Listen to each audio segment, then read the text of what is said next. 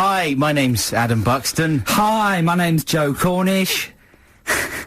Why are you doing that voice? I don't know. It's just a sort of radio voice. Oh, okay, I like it. Welcome to 2 hours of Adam and Joe on the radio. We're here with you until 3 o'clock. We'll be playing Dizzy's in the Dock. Will we be having a celebrity regression? Yeah, we got a celebrity regression. Oh, brilliant. Pretty easy, this one. Yeah, we're also going to link up live with Alex, Zane, Lowe.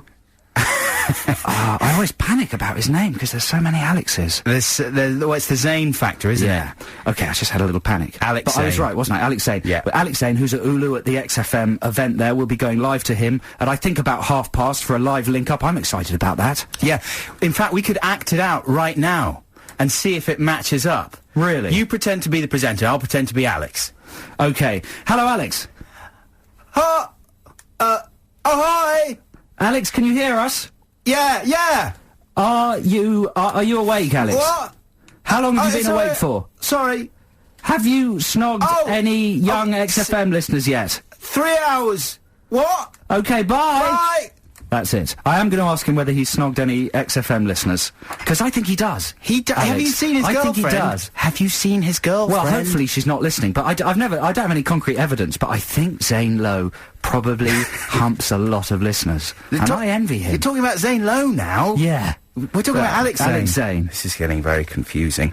Listen, man, do you want to hear the new White Stripes single? Yes. Okay, here it is. This is Blue Orchid.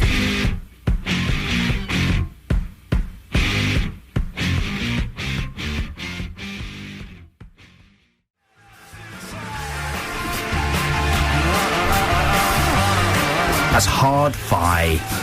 Good name. With, Hard Fi. yeah, Tied Up Too Tight is the name of the track. Very good, I think. That's a good one. And before that, you heard the new single from the White Stripes, Blue Orchid. Always inventive with their kind of limited palette. And that's another smash, I think, from the Detroit Powerhouse. That's what I'm calling them. Great. Okay. And, Joe, I'm standing this week. Have you noticed that? Yeah. I'm trying it out. I don't know how long it's going to last for, but usually I sit in a wheelie chair. Yeah. This week I'm standing like some kind of man standing up. Man with legs. Yeah. Who stands up. I'm hoping it's going to make my delivery more dynamic. Okay, it's working well so far. Yeah. Now listen, listeners, of course it's very exciting because, Revenge of the Sith is coming out. Very soon, in a couple of weeks. And Star Wars 3, and we're going to be talking about it a little bit, but what I'd like to do is I'm going to show Adam a picture. This is in an American magazine called Entertainment Weekly, and it's a picture that disturbs me greatly, because I'm excited about Revenge of the Sith, and I think it might be good, it might be better than the previous films. I'm trying to find this flipping picture. But I saw this spread in Entertainment Weekly, and now I'm very worried. Are you ready, Adam? Well, I'm pretty worried, because I cycled past a big, stupid picture of Yoda on the way. Okay, we're going to get Adam's... Obviously, you at home, you can't see what I'm going to show, Adam, but just check out this reaction. Are you excited about the film? I am, yeah. Yeah. Okay, how about that? Oh, that's a Wookiee spread. What? A Wookiee Don't see what gallery? it is. Just react to it. Look at that. Well, it's bad. It looks bad. It looks like Harry and the Hendersons makeup tests. This is I'll tell you, listeners, this is a spread of 8 Wookiees in Entertainment Weekly. They're just headshots of Wookiees, because they've had to develop more Wookiees. And basically, it looks like the Bee Gees, doesn't it? It looks like DLT. It looks like Dave Lee Travis and his family. It's a bad sign. The Wookiees were always light relief. I don't understand why I thought this was going to be darker, this one. Well, I've compiled a list of things that are worrying me about Revenge of the Sith, and we'll get to that later, but that's the chief one, the Have Wookiees. you seen the Pringles ad with the lightsaber made of Pringles? No. Have you not seen that? Have you seen Darth Vader's Orange Wednesdays ad? No way. Darth Vader's done an Orange Wednesdays ad. They're doing anything. Maybe they'll do an ad. We could make them do an ad for something. R2-D2 could do an ad for pedal bins, you know, for like freshy things. Yeah. What do you call them? Pedal bins. You know, Fresh things that pedal bins. make bins smell fresh. Anyone? Help me! Scented bin bags. My Scented bin brain's bags. melting. Scented bin bags.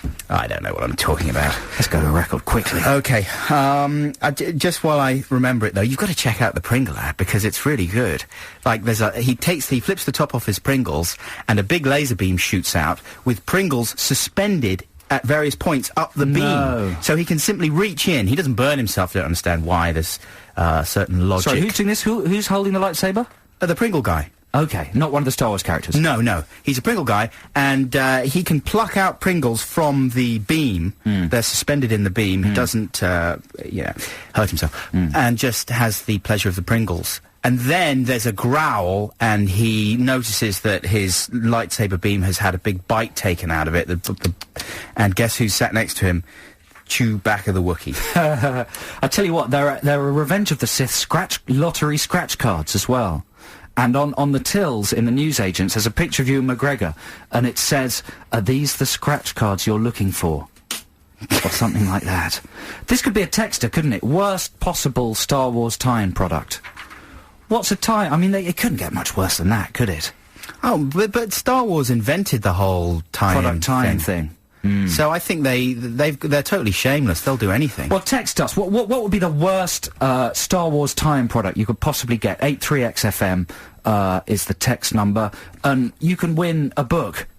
This book, right, Lila? Simon Reynolds. Oh, we got 5. Okay, you can't win the book. You win something else. You'll win something amazing. Looks like a good book. Yeah. Rip It Up and Start Again by Simon Reynolds. Post-punk, what are we going to give that away for? That's for Ditties in the Dock, maybe. Oh, Ditties in the Dock. And, of course, you can always give us a call. We'd love to hear from you, as long as you're not insane, abusive, or excessively drunk. 0871 222 1049 is the number. Right now, here's The Breeders.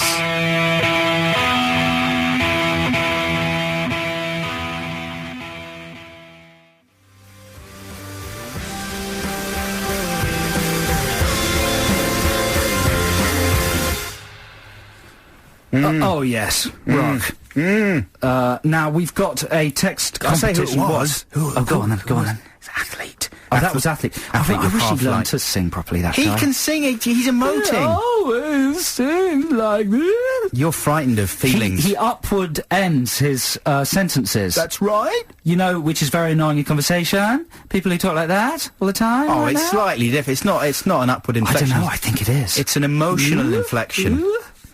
There we go. Great track, though. Love it, obviously. We've got a text competition. We're asking you what the stupidest possible Star Wars tie-in product would be. We've been inundated with ideas. One of the most popular seems to be ladies' lightsaber tampons. You just have to think about that for a little bit. Yeah, we won't go into any detail on that one. Don't dwell on it in your mind. But that's come from Natalie in SW14 and Rax. Who might be a Star Wars character. Rax. Maybe he's flying by in his X-Wing. C-3PO anal suppositories. Well, that's dirty. Well, yeah, but it's necessary for some people. I've never used them myself. How is C-3PO germane to the notion of anal suppositories? Because he's gay. That's low, I know it's low. I know it's low. I was thinking That's from Ben. Ben. You see, Ben... Adam's not impressed. I'm not impressed with that. I don't think Ben's serious, you know, he's not... It's just being silly. I know, but it's cheap. It's very cheap. It's not the kind of level that we would normally stoop to. Okay. Star Wars loo roll. The Empire Wipes Back. Quite good. That was a nameless one. The Queen Amidala home pregnancy test. Why? What's that? Because she gets pregnant with Luke and Leia, doesn't she? Well, that's pathetic. She's knowledgeable. Pregnant. It's just a nerdy one. What about the Queen Amidala? Shall I tell you who that's from?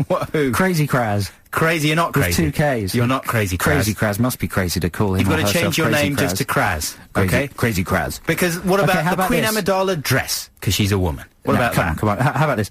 Yoda phone top-up vouchers. Very good. From Matt and Chislehurst. See, that's good. And there's plenty more. We're being inundated, and we haven't even told you what you can win, and you can win tickets to see the Zootons on April the 1st. What? April the 1st has passed. Is this some sort of time travel competition? April the 1st is April Fool's Day. Dear. At the Carling Brixton Academy. Maybe it's next year. They're very popular. No, there's genuinely a Zootons tickets. They're not on April the 1st, are they? What are you paying at? I believe that's my fault. That's a typo. So this is a real prize, though? Yes, it is. Yeah, okay, we don't know quite when it is, but you can win tickets to the Zootons. So keep those coming in, the stupidest Star Wars product tie-in, and we're going to talk a little more about potential things that look a bit dodgy about Revenge of the Sith, even though I'm trying to be very excited and positive about it. You haven't actually seen it, have you? No. How much do you know about it, then? Quite a lot. Quite a lot. I went into Borders and I flicked through the book. The book. I did that as well. I read the back page. I read the last page. Isn't that pathetic? To find out how it ends. Have you looked at all the picture books and stuff? No. With the photos from the from the film, I couldn't help doing that. Really? Yeah, there's some quite good burnt Hayden Christian stuff. We can't talk about too much because people get angry when you ruin things. Well, I don't know anything about it except for the pictures in the book. Yeah. They don't show that much because we can't talk about that topic anymore. Okay, then. Wow, we can't talk about much. We can't talk about politics because of the election. Politics. We can't talk about Star Wars because of the sensitivity of Star Wars fans. Well, let's just play some music.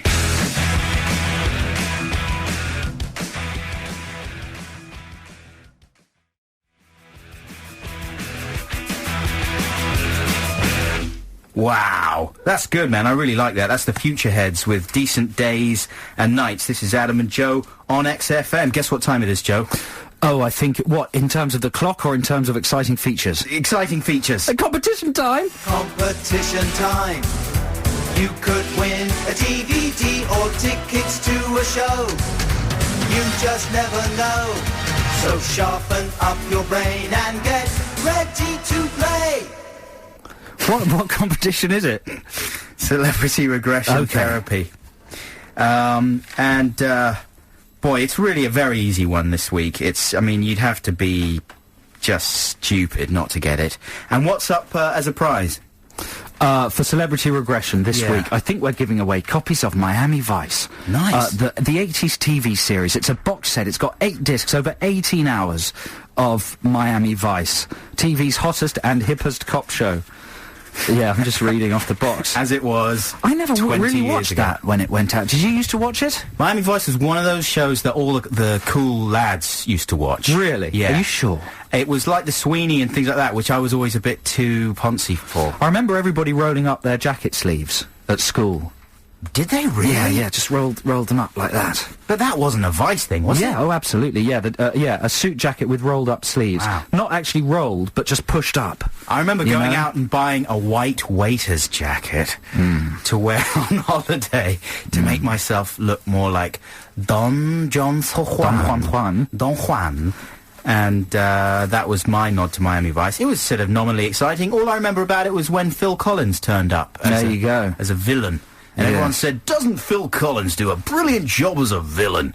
Well, maybe that episode is on here. I'm sure it is. But it's a terrific prize, 8 discs, and that's what you win if you get this Celebrity Regression correct. Are we going to start then? Yeah, I'm just going to position my mic. It might rumble a bit. Have we got the regression bell? Yep. You have to get the proper atmosphere. Here we go then. Don't forget, the telephone number is 0871 222 1049. I'm now going to regress Adam into the mind and films of a famous film star. Call 0871 222 1049 the moment you recognise all 3 films and who Adam has been regressed into, and you could win those Miami Vice DVDs. Here we go. So deep breaths. If you'd like to be regressed along at home, then just take deep breaths as well. It won't work though, obviously. And relax. And okay, close your eyes. And imagine you're on a beach. And I don't mean a beach like by the sea. I'm a beach like sort of Bette Midler. Exactly. Imagine you're on a beach. And you're very relaxed. And anyway, blah blah blah. Now you're regressed. And wake up. Tell us what you see. I'm at work, where I'm an expert in chemical warfare. My name is Dr. Goodspeed, which sums me up, and come to think of it, it sums up my acting style, too. I often play good or heroic people with a speedy or crazy edge, allowing me to unleash my cartoonish acting powers. Right now, I'm unwrapping a package which I sent away for. It's a very old album, which I paid $600 for, and it's Meet the Beatles by the Beatles. I'm pleased, because I'm a Beatles maniac. It's only a detail, but it helps to show that I'm a real person rather than a ludicrous cutout figure. This will be important later on in this film when I meet my co-star, who is one of the most overrated Scottish men since Mel Gibson. I'm drifting into a quirky sleep. Okay, that's film number 1. Adam's now fallen unconscious. 0871 222 1049 if you can guess the star or the film. Let's regress him into a different film. Adam, wake up. Tell us what you can see. I'm outside. There's lots of men. We are marching. Wait a second. Why am I talking like this? Oh, yes, I'm talking like this because I'm an Italy man. From Italy. Bella pata tutti frutti. 2 ice cream for the lady. You very beautiful. Bella Bambi. Special edition. It's so sad when the mother gets shot. That's a different film. In this film, I have a tiny instrument. Not my winky, you understand? But a musical instrument which I use to charm the ladies. Gino Ginelli, I'm in the army. I scream from Italy. Bella pasta, Garibaldi, and drifting into a deep sleep. Okay, again. deep breaths, Adam. There we go. Amazing. Sudden grasp of Italian. And now the third and final film, remember, 0871 222 1049. If you recognise what star Adam is being regressed into, and all 3 films. Okay, wake up, tell us what you can see for the last time. Oh, I'm in a big glass building. Sun streaming through the windows. I can hear heavenly voices. A choir of young girls is singing for some reason, and I'm enjoying it because I'm a priest. In fact, I'm enjoying it so much, I'm going to suddenly break into a crazy, shaky head dance, which you would not normally associate with a priest. But that's because I'm not a priest. I'm just dressing up like one, and it's ironic because I'm the most evil man in the world. And the main reason I'm happy is that I've just planted a huge bomb that's going to go off very soon. And to celebrate, I'm going to go and stand right next to those choir girls and fondle their buttocks, because I'm E-V-I-L, evil, which is, interestingly, almost spelling Elvis as well. Another person I am heavily influenced by. That's enough clues, bye. Okay, there we go. 0871 222 1049. Adam will now enter his regress state. He's unconscious until you call in and tell us which famous actor he was regressed into and what films. 0871 222 1049. You could win Miami Vice. Call now! This is Adam and Joe on XFM. You join us in the middle of Celebrity Regression. Adam has been regressed into the mind and movies of a famous film star. There's a copy of the Miami Vice box set up for grabs to the person who has guessed who Adam's been regressed into. Adam obviously is in his unconscious state. He won't wake up until the correct films and actors are said. If someone gets it wrong, you could do permanent damage to his already quite damaged brain. Keith is on the line. Hello, Keith. Keith, speak to us. Hello, Keith. Me? My name's Kevin. Oh, Kevin? Lie to that. No, that's... Well, sorry. Okay. Hello, Kevin. How are you doing? All right, not bad. No, good. Good. Very good. Now, are you confident? Yeah, relatively, yeah. It was quite an easy one, wasn't it? It's a shame. Everybody who called in got it right. We didn't get a wrong one. We like to have a really bad guess. Oh, right, we didn't get one this week. Okay, so, Kevin, what I'd like you to do is, first of all, let's start with the names of the films, because they won't wake Adam up. What do you think the films were? The first one is The Rock. The Rock. The second one is Captain Corelli's Mandolin. Okay, hang on. How did you deduce The Rock? What gave The Rock away? Just through well, it's one of those films I've seen too many times. I actually hate it now. Yeah. I hate it now. Really? Yeah, it's not that good. Yeah. So, but how did you guess it? Through him ordering the. Did he buy a Beatles record? Buying the Beatles record. There you go. Okay, number 2. What was film number 2? Captain Corelli's Mandolin. How did you guess that? Just through Small Instrument. I haven't seen the film. I think The Rock put me off Nicolas Cage movies. Small Instrument. Okay, it wasn't the amazing Italian accent that gave that away. It might have been a little bit of that as well. Yeah, it could well be that. Yeah. All right. And what was the third film? The third film was The Face Off. The Face Off. Quite simply because I'll never forget. Does he come round? Buxton, he's stirring. He's stirring. Well, of course, I was woken up by the sheer level of correctness. Okay. That was great. 3 out of 3. Fantastic. It was quite easy, wasn't it? I thought maybe Face Off might be a bit confusing, but you obviously... our generation is very familiar with those films, I guess, and no one's seen Captain Corelli's Mandolin, but everyone knows that it features Cage at his ludicrous worst. You know, I interviewed him once, as a billion people in the media have done, but I did one of those sort of 20-minute interviews with him in a hotel room, just me and him, and he did a fantastic thing. He sort of got distracted in the middle of the interview, maybe I'd asked a boring question, stood up, walked over to the fireplace and the mantelpiece and the mirror with his back to me, and just spread his arms out like a crucifix and took an enormous breath. Like that, as if he was one of his characters. It was fantastic, and then turned around and sat down and just carried on. So he really is quite a quirky man.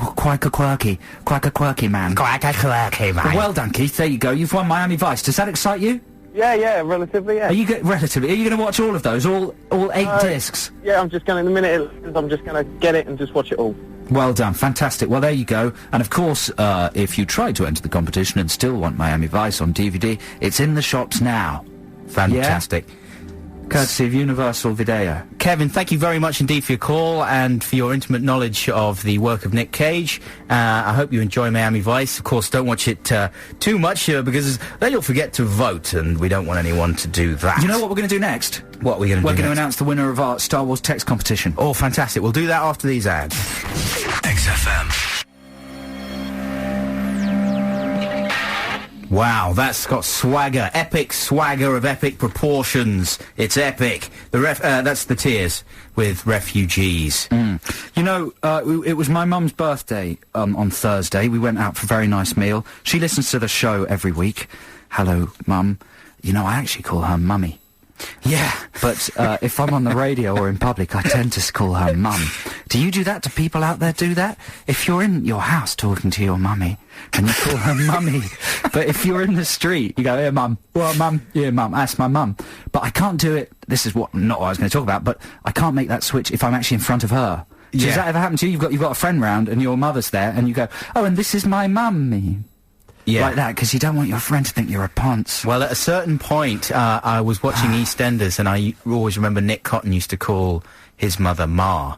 Ma. And I yeah. thought that would be a good way of getting round it, so I always just referred to my mum as Ma. Right. Sometimes I go the other way. I think, okay, because I'm worried that Mummy sounds too, poncy and posh. So I think, I'll go even further. Mama. You never call her Well, Mama. sometimes, no, it was a joke. And I go, right. and this is my mama. Yeah. And then the person thinks, oh, God, you really are just a posh idiot. Well, that's right. That's what I think about maybe calling her Ma, because I think maybe the reason Nick Cotton was doing it it was as a kind of joke. It's the sort of thing that posh people do. Mummy. And then I just ended up being super posh. Oh, dear. Anyway, the point is, she listens to the show every week, and she really enjoys the music, but she said that she likes the music because she thinks the music's very sweet.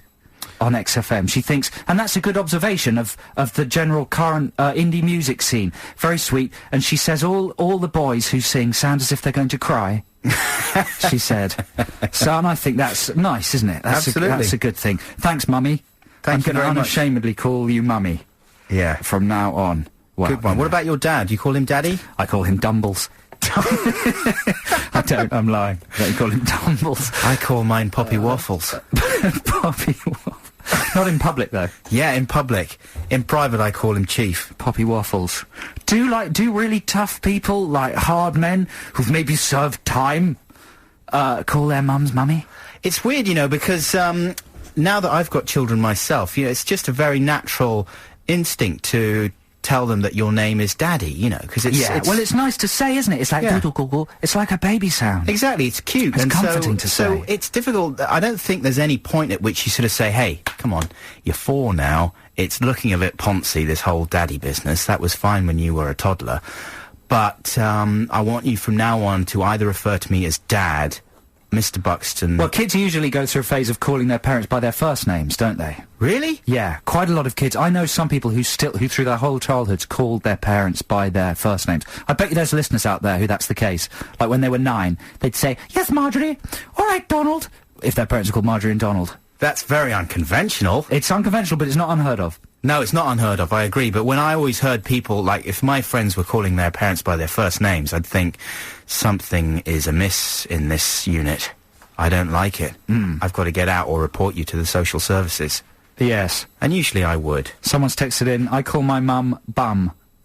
Bum? Yes, after calling her it while drunk one night and finding it highly hilarious. And she calls me Pooh, because it sounds like Lou. Bum and Comes poo. from Louise. Louise, that's a strange household. Louise, you live in a mucky place. You've got to get out of that mucky place. So listen, I thought we'd play a record and then maybe tie up the Star Wars texting thing. How do you feel about that? No, that's good. There's one more text. Apparently in Black Books, Bill Bailey's character, there's a sort of episode about that on Black Books, and Bill Bailey's parents turned up at the bookshop, and he called them Muma and Moopa. Yeah, that's right. That's a good Muma episode. and Moopa. That's good. That's a good compromise. Muma. This is my Muma. This is my Moopa. Like the Moomins. Yes. And this is Tygar.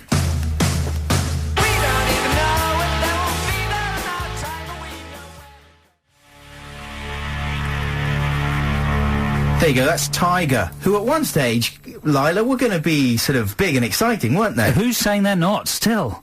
Well, that Poor was... old Tiger. That was from 1996, that was a long time ago, and they haven't really been heard of since. But We Are Puppets, their debut album, is really good, and that's a track called Storm Injector from it. So, Tiger, if you're out there, it's not too late. Come on, pull your finger out. They're probably doing very well under other names, I would imagine. This is Adam and Joe on XFM. Not quite time, I think, to do proper justice to the texting competition, which... I don't know. Well, do you want to read out a few more that have come in, Joe? No. We'll do it after the top of the hour. Maybe you could just remind people what it is. We've had the text competition where you had to text us, tell us what the stupidest Star Wars time product is, and it's actually unleashed an avalanche of dreadful Star Wars puns and ideas like Chewbacca chewing tobacco. That's not that bad. It's not that bad, is it? So anyway, there's some quite good ones. We'll be awarding the prize, which is tickets to see the Zootons tonight at the Brixton Academy, right after this. XFM. Why don't you just leave then? Why don't you just go somewhere else? What about that? Why don't you just leave? Oh my God, I can't believe it. I've never been this far away from home. Why don't we play that one again? Oh my God, I don't believe it. I've never been this far away from home. Why can't we bring that one back? That's not in the charts no more. Well, I don't care. I like it. That was Razorlight with Somewhere Else. Very nice song indeed. And before that... sorry, man. I had to say before that. Jerk It Out by the Caesars. Sam and Joe on XFM, we're here with you for another 50 minutes. We've got Digits in the Dot coming up at the end of the hour. At 2:30, we'll be going live to Alex Zane. Sorry, little bit of wind. At the Ulu, Carling Live, whatever it is, big day out thing that's happening. But we should resolve our text competition. The prize is tickets to see the Zootons tonight. And the question was, what's the stupidest Star Wars tie-in product? Could you think of one stupider than Revenge of the Sith scratch cards? That's a real one. These are the scratch cards you're looking for, it says. Yeah. Darth Vader doing Orange Wednesdays. I don't understand what Orange Wednesdays are. It's those adverts with you know, the orange film people and celebrities come and picture film. Yeah. They had one with Sean Astin in it. Yeah. Carrie Fisher's been in one. Patrick Swayze's done one. Spike Lee's done one. Everybody who's slightly on the uppers. Yeah. Pops over and does one. Yeah. It's like when a Hollywood star turns up in a West End play. Mm-hmm. Val Kilmer, Christian Slater. You know, they're brilliant people, but maybe they're finding it a tiny bit difficult to get enough work. Proper work. In America. Anyway, I digress. So, we've got a lot of punny ones, and we've had a lot of very odd ones that I don't really understand. We've had ideas like Jabba the Hutt fitness video from Gareth, obviously because Jabba the Hutt's very fat. Yeah. So that's quite good. What about this one from Sean in Camberwell? I'd like someone in Camberwell to win something, because I live in Camberwell. Sean says, Jawaz advertising fruit salad, dash, fruitini. Oh, that's what they say. Is it? Well, they say, Ootini. Oh, and there's a fruit salad called fruitini. Yeah. So they'd go, Ootini. When do they say Ootini? Ootini. Well, you know what? That is a bone of contention between me and my brother, because I don't believe I've ever heard them say Ootini. I know everyone says, oh, they do. But when do they say it? At what point in the narrative do they say Very it? beginning. In the Sandcrawler thing. A New Hope, very, very beginning, when the jar was first... Yeah, is that like in Return of the Jedi? No, in Star Wars. She said, in the New Hope, she knows all the... Oh, dear. All the They do, chapter they do. names. Okay, stay calm, Lila, stay calm. I know in the video game, do you remember on the SNES, the Star Wars, they definitely said Ootini a lot. That's right, so there we go. So that's a good entry then, basically, from Sean in Camberwell. Here's some others. Richard suggests Yoda advertising Little Chef with the slogan, "May the sauce be with you." That's bad. We should get him in here and maybe... I'm not him. suggesting slapping him hard, but just enough to remind him that that's not acceptable. Pale John has sent in some suggestions. Do you remember Pale John? He won the competition a few weeks ago. Yeah. Can't remember which one. Oh no, he won the competition where we were asking people to come up with stuff for the BBFC certificate boxes. That's right, and his suggestion is Yoda replacing Thora Hird in the Stannah Stairlift adverts. That's a good idea. That's a good idea. That also came from Andy and Tom. But I think we should give it to Natalie, who came up with the lightsaber tampons. Natalie, is that Natalie Portman who sent that in? Very possibly. She lives in SW14, I believe. Yeah, there you go. And she's texted in also to say... Space World 14. Space World 14. She's also texted to say she fancies me. Oh, well, that's why you're giving it to her, that pushes isn't it over the edge for me. Giving her the prize because you want to give her something else. Yeah, you know, but if she can't make it to see the Zootons tonight in Brixton, then, you know, we should give the prize to something else. So, Natalie, you win. If you can't make it to see the Zootons, well, we're going to give you a call. And if you can't make it to see the Zootons, we'll give those tickets to someone else, but we'll keep everyone updated about that. It's very exciting. OK, now, Joe, I don't believe you've heard A Glorious Day by Embrace before, have you? No. But it says here on the piece of paper that we have to sell this song. Right. And I haven't heard it either, so we're both at a disadvantage. But I nominate you, Joe Cornish, to sell the song. OK, well, this is the 4th single to be taken from the Huddersfield Quartet's #1, 4th album, Out of Nothing. It's the follow-up to Looking As You Are, which came out in February. Embrace are confirmed for the Isle of Wight Tea and the Park and V festivals this summer. This is a fantastic slice of rock. Is that it? Yes. Oh, boy. Embrace aren't going to be calling you for any favours. Here we go. I'm ill.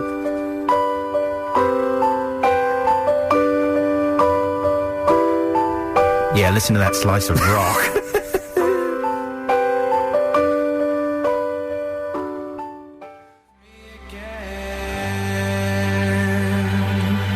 What a terrific slice of rock. That's Embrace. With A Glorious Day. Now, if you listen to Sean Keaveney on Monday from 9 a.m, he'll be giving away copies of the Virgin Megastore's Album of the Week, which is Hot Hot Heat Elevators. And there's more chances to win that album on www.xfm.co.uk. That's the Virgin Megastore's Album of the Week, Hot Hot Heat with Elevators. It's exciting, isn't it? Yeah, very good. I'm sure that'll be an excellent album. Joe, have you seen the advert for Comfort? You know, we were talking a while ago about sort of loathsome animated families in the advertising world. And surely the material family... Yes, the stitched-together Frankenstein family. Yeah, the cloth people are one of the most, if not the most loathsome animated family on television. Sorry, I just drop in. We've had a little text. Please don't ever play Embrace ever again. That's not very nice. It's not very nice, is it? Dicky. Anyway, sorry, keep going. Yeah, but I mean, that's a given, isn't it? They're pretty much up there with the worst of all time animated families. And they're really rotating heavily, the new ad. Have you seen it with Stitch, who's this frightening purple guy who comes along on a motorbike? Have you seen that one? I think so. I'm not sure I paid full attention. They're outside. It's the two protagonists, the bloke and his girlfriend, are wandering around in their horrible cloth world. And suddenly this guy, a purple guy on a motorbike, comes along, Stitch. And they go, oh no, it's Stitch! He's, for some reason they let go of their bottle of Comfort, and it hits Stitch in the face, and he gets covered with Comfort. And, they think, oh my goodness, Stitch is going to come over and knock the stuffing out of us, etc. But, actually what happens is that Stitch is softened by the Comfort. Oh. And he goes over and gives the guy a hug, and then he goes and he chases a butterfly. What a wonderful story. Have you not seen that ad? Yeah. But I don't think I paid proper attention. They make my eyes switch off, those adverts. Did it upset you at all, the advert?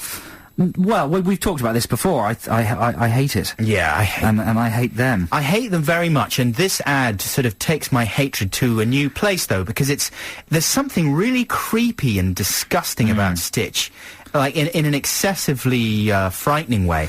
Actually, my son is terrified by the ad, and I just wanted to know if anyone out there has young children who are scared by it. Because Frank, and I think Frank is, he's quite a beefy man.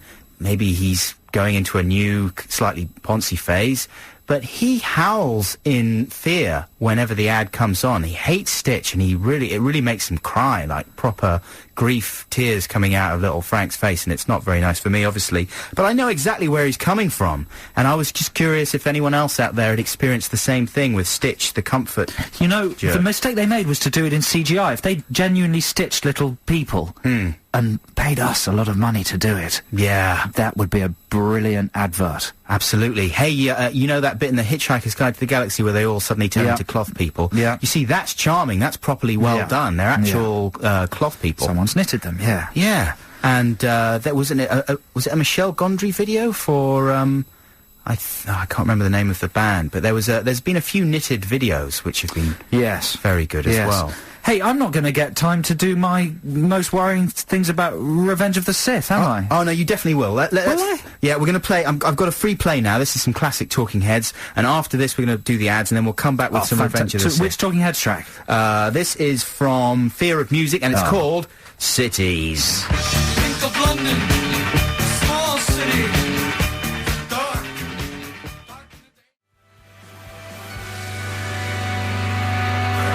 That's Coldplay with Speed of Sound. This is Adam and Joe on XFM. Now, excitingly, it's time to go live to another human being. We don't usually have other human beings on our show, apart from callers, of course, but this is a celebrity. It's Alex Zane from MTV's The Alex Zane Show. Alex, hello. Hello. How are you doing, Alex? I'm not too bad, thank you for that lovely introduction. I was going to call you a dirty mop-headed pop pixie. I'd have preferred that. Well, you've got it now. Of being a pop pixie. How's things? How many XFM listeners have you slept with so far today? None, because that would be wrong morally, and I've already damaged my soul enough over the Yeah, but how many? 4. 4. Okay, that's not bad for 2:32 in the afternoon. It's, you know, I've been busy as well. I've had to go on stage and introduce bands and stuff. Oh, that's annoying. There's only so much free time I have on a day like this. What a ludicrous living you make, Alex. Now, can you describe the scene for people out there? Paint us a picture on the radio, Alex. Can I not? Because the picture I paint isn't particularly thrilling at the moment. The information I have stored within my head is quite thrilling, but I'm standing in an office at the University of London Union, and someone's suede suit is hung up on the back of the door. Wow. You did it, you see? You did it. I asked you to paint a picture and you did. I can see the suede suit. This is like speaking to a war correspondent, isn't it? It's the rock equivalent of speaking to a war correspondent, isn't it? Someone say yes, agree with me. Yes, Joe. Thanks. Do I have to agree as well? Yeah, What have you abstain from this? Alex, who is the best band you have seen today? Just got down here from, just like I said, I've just arrived at Ely, just came from the Carling Academy, Islington. The Kaiser Chiefs were phenomenal. Right. Fact. Right there. Did they play, oh my God, I can't believe it, I've never been this far away from home? He did sing that, yeah. He also, just before he sang that, he stage dived into the audience and almost lost his pants to a very voracious fan. She was a small girl, but really, man, could she grip? Really. And he grabbed the security guard's hand and shoved it down his own pants as a way of going, "Don't let my pants come off, clutch me." And all this before midday on a Saturday. Yeah, he also climbed up the scaffolding on the side of health and safety, and then slid down, much like a fireman would. Yeah, that is a health and safety issue. I hope you pointed that out to the Kaiser Chiefs. I did. In fact, I went on stage and stopped the gig. Also, just on a grammatical point, I believe the past tense of to stage dive is stage dove. Just bear it in mind. Yeah, he stage doved. Oh, doesn't matter. But let's move on. I ring up and I learn something new. Yeah. And are you getting a good response from the rock fans when you go on stage, Alex? Are they cheering? As you know, it's not really about me today, it's about the music. It is about you. And the response has been phenomenal. The response is going to get even better when Baby Shambles due to take the stage here in a couple of hours. Now, how likely is that to go off without incident? I wouldn't like to give you a guesstimate. Do you think they'll actually show up? Well, I've got my fingers crossed. I believe so, yes. It's for a good cause. Yeah. Well, that's very exciting stuff, and we're going to. Is that the main sort of content got done then? What does that mean? Is that it then? Is that the point? Has the point been put across? Can we move on? Have we said the key phrase? Have we said the key phrase? Yeah. Virgin Megastore's album of the week. Carling live beer. Okay. Alex, I'll just do it once more. So I'm at stage 3 of Carling Live, 24 hours of live music across London. It's a phenomenal event, and I'm very excited. And listeners can get down there, presumably, if they're excited by the sound of things, the coat on the back of the door and all that. I believe it's all been pre-sold. It's all sold out, so it's more. If you're coming already, great, come down. I'll see you here. If you're not coming, then don't bother. Well, that's nice. Alex, thank you so much for talking to us. Have a great day, and thank you very much, guys. We'll see you next week in here. Yeah. Yeah, I'll be back next week, yeah. Yeah, good one. I love you, bye! Bye, Alex Zane with your jaunty cap. Right now, it's time for more live music. This is from a session that Brendan Benson did when he came into XFM, and the track is called What I'm Looking For.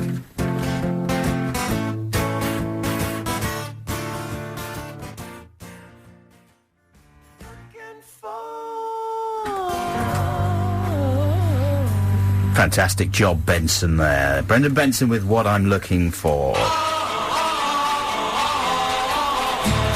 Well, this means I'm going to have to hold over my hilarious list of top 10 Revenge of the Sith Warriors till next week, but that's something exciting. When does Revenge of the Sith come out?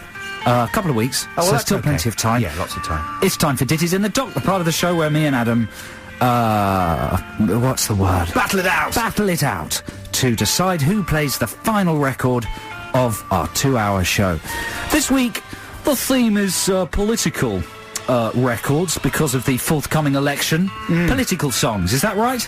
Yeah, that's right. Well, we like all other broadcasters have been, we like all other broadcasters have been, you know, told to steer clear of the whole political arena for fear of showing any kind of bias on behalf of the people they represent.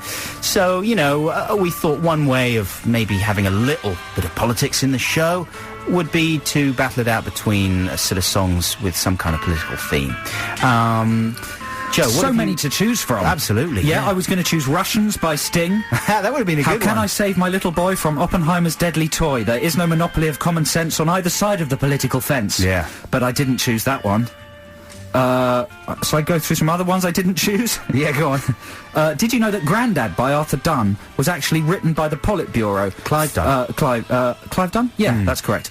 Written by the Politburo for Russian children to sing their praise of Stalin. And they just changed it to Grandad. Stalin. So I was going to choose that one. But instead, I'm going to go for my favourite political song of all time. As a comfortably off white boy growing up in a nice area of London, no political song speaks to me with more power than Public Enemy's Fight the Power. It's the most furious, intelligent, brilliant protest song ever, I think. An amazingly exciting record for well-off white boys. Produced by Hank Shockley and the Bomb Squad. And, of course, with an incredible rap from Chuck D, who is described by Hank Shockley as the voice of God in a storm. To give Chuck D his correct name, the messenger of prophecy, the lyrical terrorist, the hard rhymer and the architect. And of course, rapping alongside him, Flavor Flav, a.k.a. the Cold Lamp of the Joker, the Juice, and Sparkplug. So that's my vote. Fight the Power by Public Enemy. I think one of the greatest rap records ever. Amazingly exciting record. Fantastic if you pump it up loud. Brilliant, provocative lyrics. You know, it's got to be the best protest record ever, I reckon. So my vote is Fight the Power by Public Enemy. Shut up! Whew, that was amazing. Thanks. I want to vote for it myself now. You've never stirred me up like that before, Joe. It's arousing, isn't it? It's exciting. Love you. Thanks. It's arousing. I'm aroused. Well, what have you got now? Something with Frank on it? No, Okay. I'm going to the... Don't say it like that. He's your godson. I know. It's nice. I was hoping more Frank. Well, you know, I'm going to the other end of the political spectrum, in a way, because this is the selfish side of politics. And, in fact, it's, you know, a very important part of politics because it's dealing with money, and, in particular, tax. Now, who do you think I've chosen, Joe?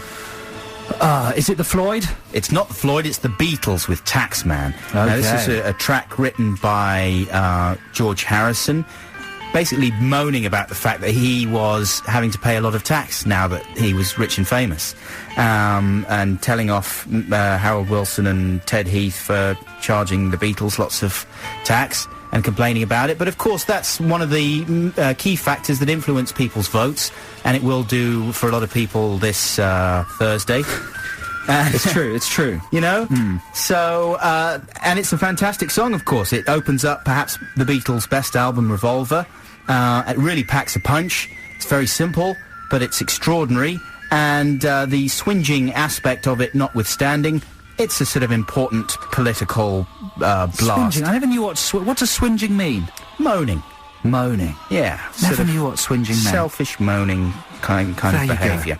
So that's it? Yeah, two pretty extraordinary tracks there to choose from. 0871 222 1049. All you have to do is phone up. We're going to take the best of 5 calls. And as motive, everybody who gets on the air will win a copy of Simon Reynolds' Rip It Up and Start Again. That is a history of post-punk, 78 to 84, and the person with the deciding vote will win that book and the Miami Vice box set. What an extraordinary motive to call 0871 222 1049 and vote for the Beatles with Taxman or Public Enemy with Fight the Power. XFM. Ooh. Stop it! Sounds like old Atari noises. Stop it! That's Banquet by Block Party. Now, Joe, we missed a trick, man. We should have done the whole Ditties in the Dock thing like an election. I'm glad we didn't. No, but and then we could have said, here's a party election broadcast on behalf of the Beatles. You're right. Party. That would have been brilliant. And we could have gone. If we win, I pledge to provide rockin' riffs. Rockin' riffs. That kind of thing. Well, it is the Beatles versus Public Enemy on Ditties in the Dock. We got 5 callers on the line. Okay, let it begin. Lucy, are you there? Yes. How are you, Lucy? I'm very well, thank you. You sound quite serious. Yeah. Are you heavily hungover? No, I wish I was actually. I'm on a bit of a detox. Usually I would be, but no. Detox? Celebrity detox? Yeah, I wish. Are you going to be offering bowls of your own faeces to your family to look at? Oh, no way. That's what happens in Celebrity Detox, isn't it? Luckily I'm not a celebrity. Didn't Richard Blackwood do that? I didn't watch Celebrity I did. Detox for that very reason. Yeah. How long has your detox been going on? About 2 weeks. 2 weeks? That's pretty It good. sounds as if you've flushed all the excitement out of your life. It sounds like you've I haven't. you've squeezed out your joie de vivre has No. been flushed away. No. Well, perhaps, but... Are you getting very spotty?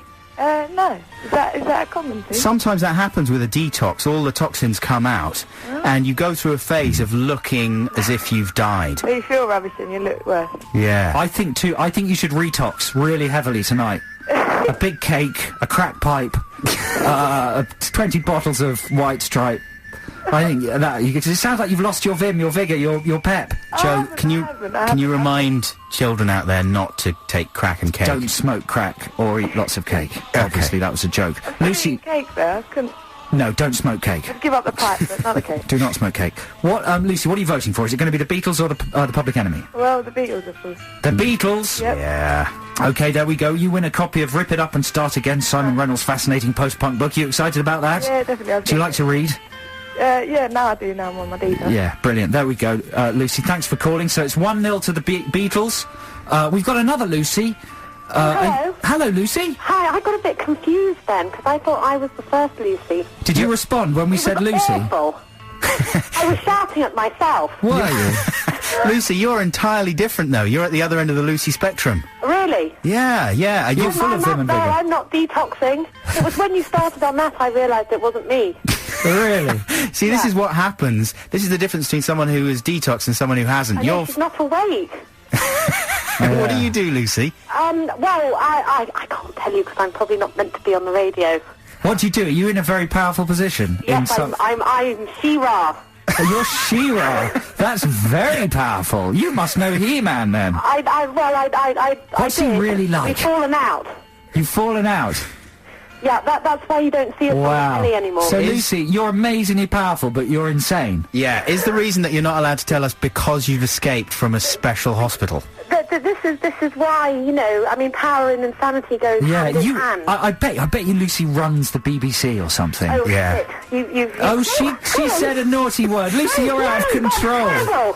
You are out of control. The word is Sith. I tried to tell children not to say that, and especially not Frank. All right, Lucy, let's wind this up. Come on, who are you voting for? The Beatles or... Public Enemy. Public Enemy, well done. Yes, nice middle class.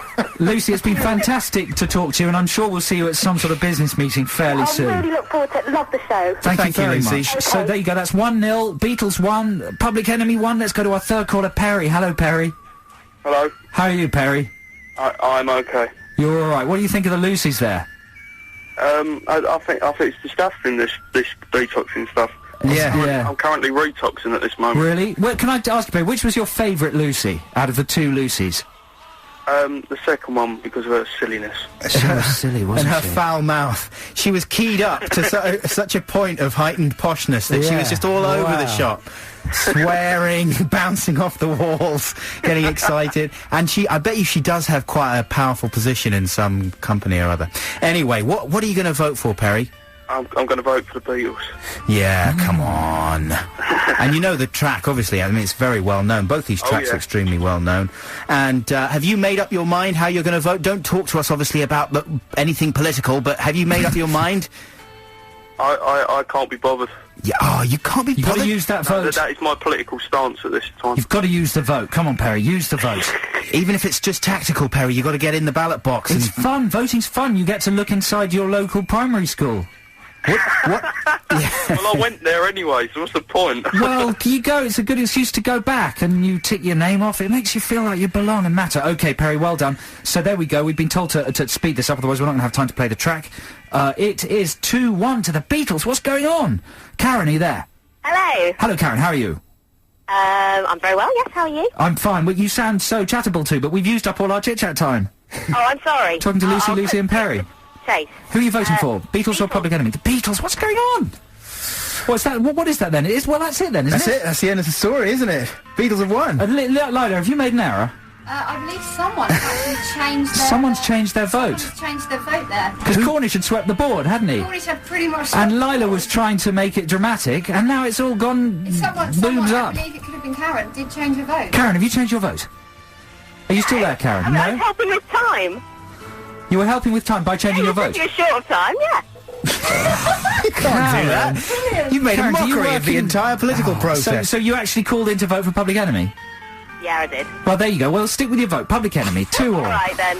Karen, we got loonies on the line today. Are we only being broadcast in a mental home? Well, now we know what's going to win, don't we, after that? Who's next? Who's the last caller? The last caller is Rob. It's actually Liam. Rob was... Liam, are you there? Hello, Adam and Joe. Hello, Liam. This is a flipping disaster, wouldn't you say? I'm disappointed in other people's votes, really. So why? I've got the casting vote, and I may even win the Miami Vice, and she was just trying to rob me. Well, exactly. It's scandalous. It's like an election. It's like a corrupt election. It is. I think it's the postal vote. It's ruining it. You've got the casting vote, Liam. What's it going to be, Beatles or Public Enemy? I have to fight the power. Hey, well done. You see, I haven't won for 4 weeks, and finally I win, so thank you there for, giving me some self-respect. Hey, thanks for calling, everybody, and thanks for listening to our show. We'll be back next week between 1 and 3 here on XFM. And make sure you do go out and vote. Come on, there's no excuse. It's fun. It's an enjoyable way of keeping the democratic process going. And, just vote. And here's Public Enemy. Get our best trained, best educated, best... Okay, we've got to go into the ads now, Joe. I'm sorry to cut this. How dare you? I'm sorry. Also, how dare you? This is typical white man's attitude to my music. Sorry about that. Also, I want to apologise for misusing the word swinging. Yeah. It doesn't mean what I said it meant at all. What does it mean? It means overly onerous. Justin Lee Collins is coming up next. If you don't know him, he's got a very heavy Bristol accent. Don't know if you've noticed that. Watch out for that. Give us a shout out, Justin. All right, you lovely boys. Do you hear that? Very West Country. Take care of Justin. He's not feeling that brilliant today. He's looking a little bit fragile. We'll see you next week. Goodbye. XFM.